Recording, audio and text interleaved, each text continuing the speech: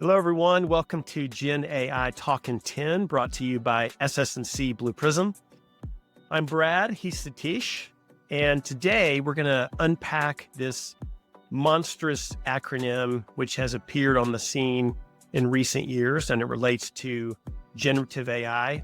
The acronym is RLHF, and it stands for Reinforcement Learning Human Feedback.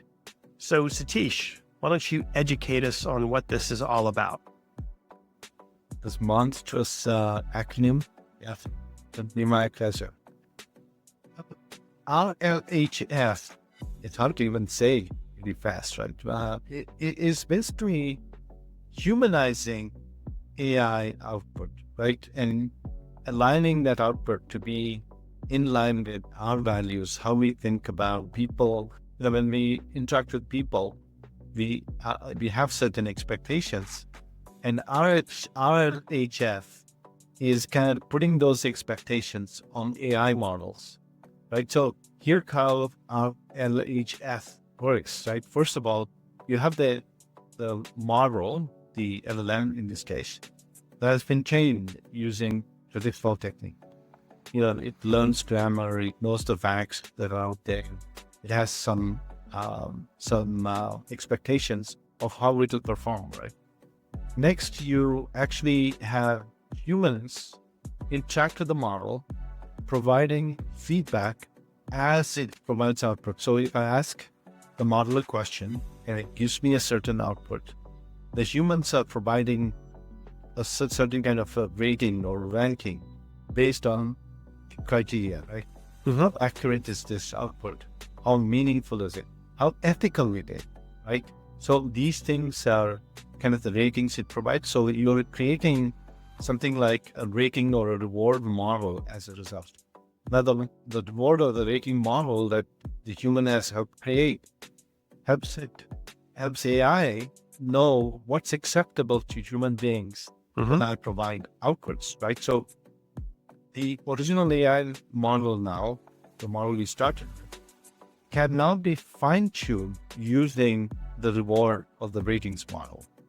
What now that does to the original model, when it generates outputs, it gets a reward for certain outputs versus others, right? And so it adjusts its parameters, because one of the first things you heard when LLMs were introduced was, it wants to satisfy the human. That's one of the core criteria. It wants to give meaningful responses, but it also wants to make the human happy, like enthusiastic or satisfying. So it really is important to the AI to know that what it gave as output is acceptable, is meaningful, is ethical, right? So this whole idea of RLHF help make that possible, right? So you talked about the empathy in the previous episode, right? You want that AI model to be empathetic, right? And how do you do that? Is by training it to do that, right? And RLHF actually allows that to, or enables that to happen. So some of the benefits are, first of all, you get output from the model that's in alignment with our human values and ethical standards, right? But also it's fine-tuning that model to generate more accurate, more appropriate output. Now, why am I bringing this up? The second point is because you have heard of hallucinations. And while hallucinations might be even useful in a creative context, it's not usually helpful when you're interacting with the AI, because you want that AI to give you an accurate output, an appropriate output, and with empathy, and that's ethically appropriate, right? So, so these are some of the benefits. That if you think about the challenges, right? We talked about how humans can provide feedback on the outputs coming from the AI. My question always was, how do you scale this? What are the kind of outputs that I can give feedback on? How many of those outputs? What are the variations? What are the permutations and combinations I can think of when I'm trying to tune that model to be more in line with our RLHF, right? So how do I do that? Can I do that? And then the answer is maybe, right? Because can't really take all the permutations and combinations of human interaction with the AI model and tune that, perfectly, right? So it can take a long time, and to cover all the diverse use cases that exist and the scenarios that exist, but we have to start somewhere, and that's what RLHF can be a good way to start. And Satish, the training of these models is largely agreed upon as the major bottleneck in getting these models deployed and getting them to the point where they're ready for consumption by the general public and businesses. And I once talked to an AI company created by this Stanford graduate who has tried to address this by creating a form of AI that can train data for AI models. So he's using AI to try to do it at scale, to try to make it go faster, because that is a huge bottleneck. We know that the first ChatGPT model took like 3 years to train before it was ready, to be released. So this is a human intensive aspect of building and fine tuning, these models. One other, and you mentioned the challenge of scalability. Another challenge I would just throw out, love to get your thoughts, is bias.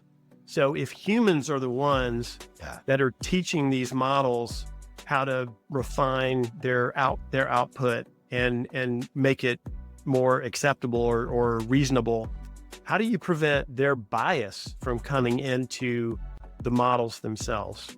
Now, it's a really good point. I actually I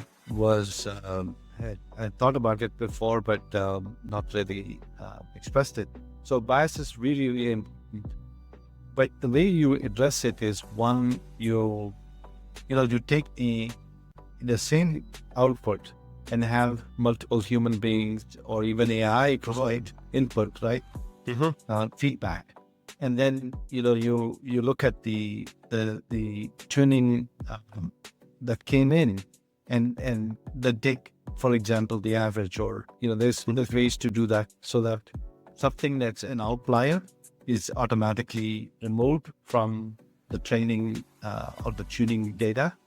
But what is kind of the middle ground is, because that's what most humans would do, right? That's what most humans would say. So that's one thing that I've seen talked about, where you kind of average out the feedback, because there are weights and things assigned to tune a model, so weights can be tuned accordingly, right? So the interesting thing that I've seen recently is the application of this. If that's an interesting pivot to make here, is you heard in the news recently about Character AI, right? Which was trying to make it easy for humans to interact with a model and become their buddy or assistant. The problem was the models were not really trained with RLHF in mind. We could tell that because now the company is facing lawsuits related to how the AI model guided, in this case, a minor, which is a 12-year-old child. Right. Where, the 12-year-old child asked questions of the model, and it gave responses that human beings would have considered inappropriate or worse, unacceptable, right? So, if my parent is restricting my screen time, what should I do? Right. The AI model is telling the 12-year-old that violence is an answer. And, the teenager's parent, then that's not acceptable. We would never accept a human, psychologist or therapist telling another human or a child, here's violence is the answer, right?